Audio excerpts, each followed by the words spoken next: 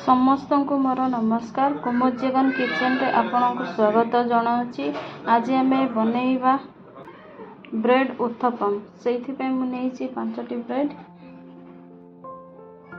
गाजर, capsicum, tomato, धनिया पत्र, पियाज, कंचा लंका सबको मु छोट छोट कर काटी नहीं। हाफ कप दही, खाइबा सोडा, स्वाद अनुसार लुण, हाफ कप सुजी, हाफ कप चाउल चूना। ब्रेड को एमती कट करना चारि साइड कट करना। ब्रेड चारि साइड कट कर नहीं दबा गोटे ग्राइंडर जार। ब्रेड पकई नवा,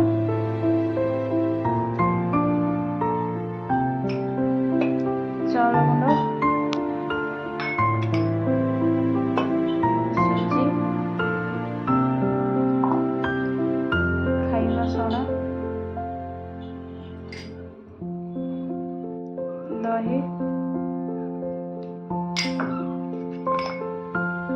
स्वाद अनुसार लुण सब ग्राइंडिंग करना। पानी अल्प पकई नवा,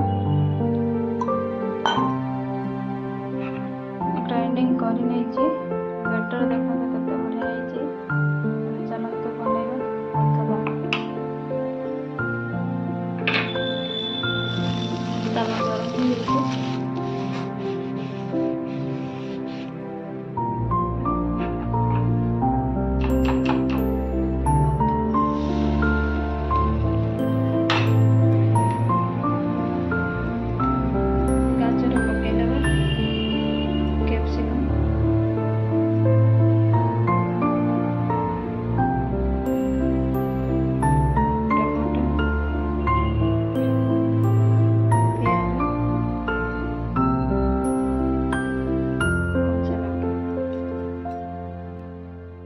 गैस रो फ्लेम पूरा लो रखिए और ताको कवर कर लेबे।